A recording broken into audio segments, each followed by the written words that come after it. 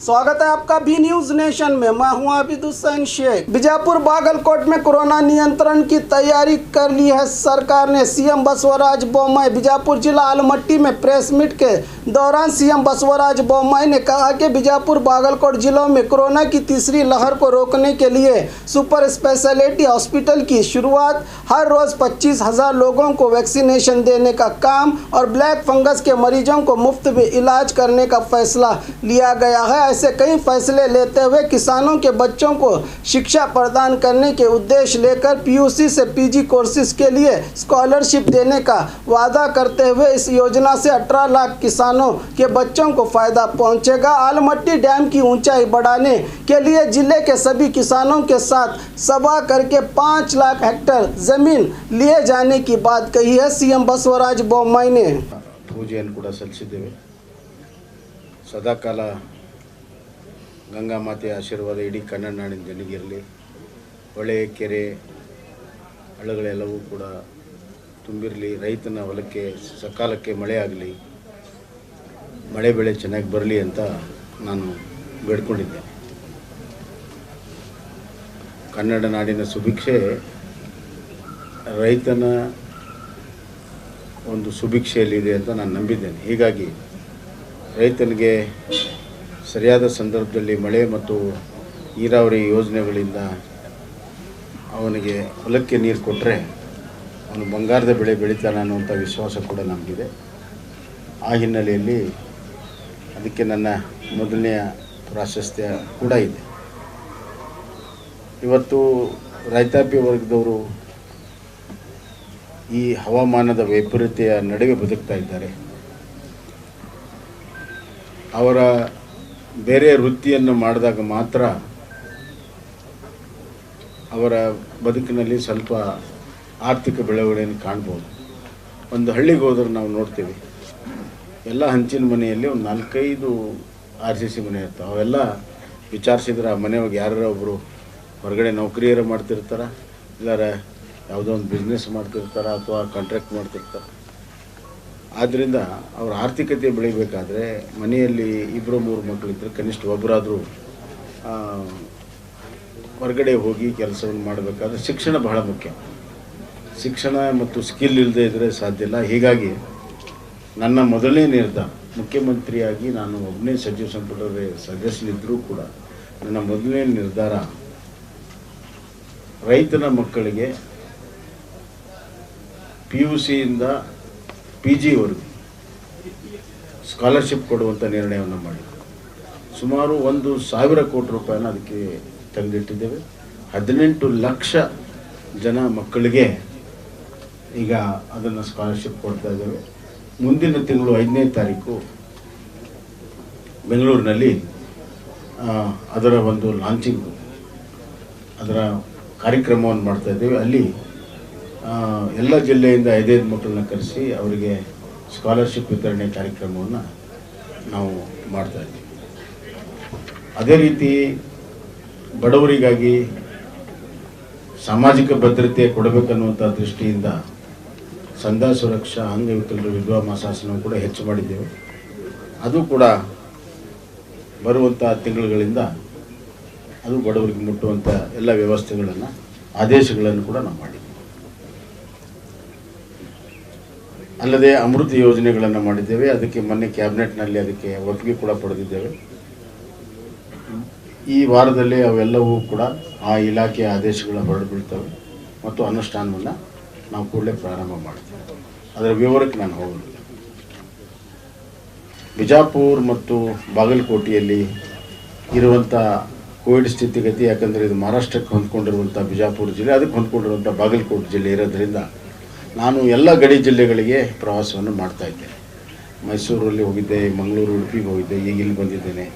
ಮುಂದೆ ಗುಲ್ಬರ್ಗ, ಬೀದರಲ್ಲಿ ಕೂಡ ಹೋಗ್ತಾ ಇದ್ದೆ। ಮಹಾರಾಷ್ಟ್ರ ಮತ್ತು ಕೇರಳ ಗಡಿಯಲ್ಲಿ ನಾವು ಕಟ್ಟೆಚ್ಚರವನ್ನು ವಹಿಸ್ಕೋಬೇಕಾಗಿದೆ। ಕಳೆದ ಬಾರಿ ಮೊದಲನೇ ಅಲೆ ಮತ್ತು 2ನೇ ಅಲೆ ಪ್ರಾರಂಭದಲ್ಲಿ ಇವೆರಡು ರಾಜ್ಯಗಳಿಂದಲೇ ನಮ್ಮ ರಾಜ್ಯಕ್ಕೆ ಹರಡಿರುವಂಥದ್ದು ಗುರುತಿಸಿ ಇವತ್ತು ಈ ಜಿಲ್ಲೆಗಳ ಸ್ಥಿತಿಗತಿಯನ್ನು ನೋಡಿ ಕ್ರಮಗಳನ್ನು ತೆಗೆದುಕೋಬೇಕು ಅಂತ ನಾನು ಬಂದಿದ್ದೇನೆ। ಇಲ್ಲಿ 2 ಜಿಲ್ಲೆಗಳಲ್ಲಿ ಇವತ್ತು ಬಹುತೇಕವಾಗಿ ನಿಯಂತ್ರಣಕ್ಕಿದೆ। ಇಲ್ಲಿ ಎರಡನೇ ಅಲೆಯಲ್ಲಿ ಜಿಲ್ಲಾ ಆಡಳಿತ, ಜನಪ್ರತಿನಿಧಿಗಳು, ಮಂತ್ರಿಗಳು ಭಾಳ ಉತ್ತಮವಾದಂಥ ಕೆಲಸವನ್ನು ಮಾಡಿದ್ದಾರೆ. ನಮ್ಮ ನಾಯಕರಾದಂಥ ಯಡಿಯೂರಪ್ಪನವರ ನಾಯಕತ್ವದಲ್ಲಿ ಕೋವಿಡ್ ನಿರ್ವಹಣೆ ಇಡೀ ರಾಜ್ಯದಲ್ಲಿಯೇ ಅತ್ಯುತ್ತಮವಾಗಿತ್ತು. ಅದರ ಪರಿಣಾಮವಾಗಿ ಈ ಎಲ್ಲ ಜಿಲ್ಲೆಗಳಲ್ಲಿ ಸಾಕಷ್ಟು ಸವಾಲುಗಳಿದ್ದರೂ ಕೂಡ ಅದನ್ನ ಎದುರಿಸಿ ಜನರಿಗೆ ಚಿಕಿತ್ಸೆ ಕೊಡೋದರಿಂದ ಹಿಡಿದು ಎಲ್ಲ ಕ್ರಮಗಳನ್ನು, ಆರೋಗ್ಯ ಕ್ರಮಗಳನ್ನು ತೆಗೆದುಕೊಂಡು ನಾವು ಕೋವಿಡನ್ನು ಎದುರಿಸಲು ಯಶಸ್ವಿಯಾಗಿದೆ. ಬಿಜಾಪುರ ಮತ್ತು ಬಾಗಲಕೋಟೆ ಜಿಲ್ಲೆಗೆ ಸೀಮಿತವಾಗಿ ಹೇಳಬೇಕಾದ್ರೆ ಬಿಜಾಪುರ ಜಿಲ್ಲೆಯಲ್ಲಿ ಒಂದು 2-3 ಬೇಡಿಕೆಗಳು ಬಂದಿದೆ. ಮೊದಲನೇದು ಸೂಪರ್ ಸ್ಪೆಷಾಲಿಟಿ ಹಾಸ್ಪಿಟಲ್ ಇದೆ, 120 ಬೆಡ್ಡಿಂದು, ಅದು ಪೂರ್ಣ ಮಾಡಬೇಕು. ಸೆಕೆಂಡ್ ಆ್ಯಂಡ್ ಥರ್ಡ್ ಫ್ಲೋರನ್ನು ನಿರ್ಮಾಣ ಮಾಡೋದಕ್ಕೆ ಅನುಮತಿಯನ್ನು ಕೊಡಬೇಕು, ಅಂದರೆ ಮಾತ್ರ ಬೆಡ್ಗಳು ಹಾಕಿ ಉಪಯೋಗ ಆಗ್ತದೆ ಅಂತ. ಅದನ್ನು 40 ವೆಂಟಿಲೇಟರ್ಸ್ ಇರುವಂಥ ಒಂದು ಆಸ್ಪತ್ರೆ ಆಗ್ತದೆ. ಅದನ್ನು ಬರುವಂಥ ದಿನಗಳಲ್ಲಿ ಅದಕ್ಕೆ ಸುಮಾರು 22 ಕೋಟಿ ರೂಪಾಯಿ ಬೇಕಾಗ್ತದೆ. ಅದರ ಒಂದು ಅನುಮತಿಯನ್ನು ಕೊಡ್ತೀನಿ ಮತ್ತು ಸೂಪರ್ ಸ್ಪೆಷಾಲಿಟಿ ಹಾಸ್ಪಿಟ್ಲಿಗೆ ಎಲ್ಲ ರೀತಿಯ ಸಹಾಯ ಮಾಡುವಂಥ ನಿರ್ಣಯವನ್ನು ಹೋದ ತಕ್ಷಣವೇ ನಾನು ಮಾಡ್ತೀನಿ. ಎರಡನೇದು ವ್ಯಾಕ್ಸಿನೇಷನ್ ಬಗ್ಗೆ ಬೇಡಿಕೆ ಬಂತು. ನಮ್ಮ ಬಿಜಾಪುರ ಮತ್ತು ಬಾಗಲಕೋಟೆ ಎರಡೂ ಜಿಲ್ಲೆಯ ಕೆಪಾಸಿಟಿ 25,000 ಒಂದು ದಿವಸಕ್ಕೆ ನಾವು ಮಾಡ್ಬೋದು ಅಂತ ಜಿಲ್ಲಾ ಆಡಳಿತ ಒಂದು ಇಂಡಿಕೇಶನ್ ಕೊಟ್ಟಿದೆ. ಆ ಹಿನ್ನೆಲೆಯಲ್ಲಿ ಈಗಾಗಲೇ ಅವರಿಗೆ 15,000 ಬರ್ತಾ ಇದೆ. ಬರುವಂಥ 3-4 ದಿವಸದೊಳಗಡೆ ಪ್ರತಿ ದಿವಸ 25,000 ಕೊಡುವಂಥ ವ್ಯವಸ್ಥೆಗಳಿಗೆ ನಾನು ಹೋದ ತಕ್ಷಣವೇ ನಮ್ಮ ಚೀಫ್ ಸೆಕ್ರೆಟರಿ ಮತ್ತು ಹೆಲ್ತ್ ಸೆಕ್ರೆಟರಿ ಮಾತನಾಡಿ ಅದಕ್ಕೆ ಎಲ್ಲ ರೀತಿಯ ಒಂದು ಕ್ರಮಗಳನ್ನು ನಾವು ಜರುಗಿಸ್ತೇವೆ. 2 ಜಿಲ್ಲೆಗೆ ಪ್ರತಿ ದಿವಸ 25,000 ವ್ಯಾಕ್ಸಿನೇಷನ್ ಮಾಡೋದಕ್ಕೆ ವ್ಯವಸ್ಥೆಗಳನ್ನು ಮಾಡ್ತೀವಿ. ಮೂರನೇದು ಈ ಬ್ಲ್ಯಾಕ್ ಫಂಗಸ್ ಏನಿದೆ ಈಗ ಕಮ್ಮಿ ಆಗಿದೆ, ಆದರೂ ಕೂಡ ಅದರ ಬಗ್ಗೆ ನಿಗಾ ಇಡೋಕ್ಕೆ ನಾನು ಸೂಚನೆಯನ್ನು ಕೊಟ್ಟಿದ್ದೇನೆ. ಮತ್ತು ಈ ಬ್ಲ್ಯಾಕ್ ಫಂಗಸ್ ಟ್ರೀಟ್ಮೆಂಟು ಆಸ್ಪತ್ರೆ ನಂತರ ಮನೆಗೆ ಹೋದಾಗೂ ಕೂಡ ಅವರು ಇಂಜೆಕ್ಷನ್ ತೊಗೋಬೇಕಾಗ್ತದೆ. ಅದು ಭಾಳ ಒಂದು ಕಾಸ್ಟ್ಲಿ ಇಂಜೆಕ್ಷನ್. ಅದು ಒಂದೊಂದು ಇಂಜೆಕ್ಷನ್ ಒಟ್ಟು 10,000 to 12,000 ರೂಪಾಯಿ ಆಗ್ತದೆ. ಅದನ್ನು 3-4 ವಾರ ತೊಗೋಬೇಕಾಗ್ತದೆ. ಆ ಹಿನ್ನೆಲೆಯಲ್ಲಿ ಅದೆಷ್ಟೇ ಖರ್ಚು ಬಂದರೂ ಕೂಡ ಖಾಸಗಿ ಮನೆಯಲ್ಲಿ ಡಿಸ್ಚಾರ್ಜ್ ಆಗಿ ಹೋದರೂ ಕೂಡ ಆ ವ್ಯಾಕ್ಸಿನೇಷನನ್ನು ಸರ್ಕಾರ ವತಿಯಿಂದ ಪೂರೈಸಬೇಕನ್ನುವಂಥ ತೀರ್ಮಾನ ಮಾಡಿದ್ದೇವೆ. ಆ ಜನರಿಗೆ ಯಾರಿಗೆ ಬ್ಲ್ಯಾಕ್ ಫಂಗಸ್ ಆಗಿದೆ ಆ ಟ್ರೀಟ್ಮೆಂಟ್ ಸಂಪೂರ್ಣ ಗುಣಮುಖವಾಗೋವರೆಗೂ ನಮ್ಮ ಸರ್ಕಾರ ವೆಚ್ಚದಲ್ಲಿ ಅವ್ರಿಗೆ ಟ್ರೀಟ್ಮೆಂಟನ್ನು ಕೊಡುವಂಥ ತೀರ್ಮಾನವನ್ನು ಕೂಡ ನಾನು ಮಾಡಿದ್ದೇನೆ. ಇನ್ನು इकरा पीयू साइंस कॉलेज, आपके भविष्य की हमें है फिक्र। स्टूडेंट के उज्जवल भविष्य के लिए Iqra PU science college first PUC और सेकंड पीयूसी के लिए एडमिशन शुरू हो चुके हैं। पीसीएमबी और नीट सीईटी कोर्स के ऑफर चल रहे हैं।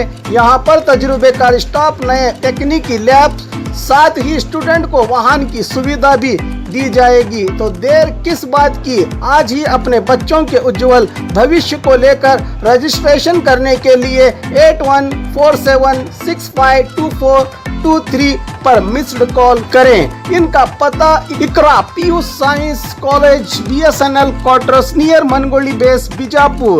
अधिक जानकारी के लिए संपर्क करें 9538644299 और 8971021429 पर स्क्रैच कीजिए, ऑफर पाइए। जी हाँ, Aspire spirit spoken English soft skill ने वाव कार्ड लॉन्च किया है, जिसमें आप 80% तक का डिस्काउंट पा सकते हैं। जल्दी कीजिए, ये ऑफर लिमिटेड है। एडमिशन कीजिए और 1 साल का ऑफर पाइए, अभी नहीं तो कभी नहीं। बाघमारे हॉस्पिटल में दांतों की बीमारी से जुड़े हर तरह का किया जाता है इलाज, जिसके माहिर oral and maxillofacial surgeon doctor शान करीमी करेंगे आपका उम्मीद से भरपूर इलाज।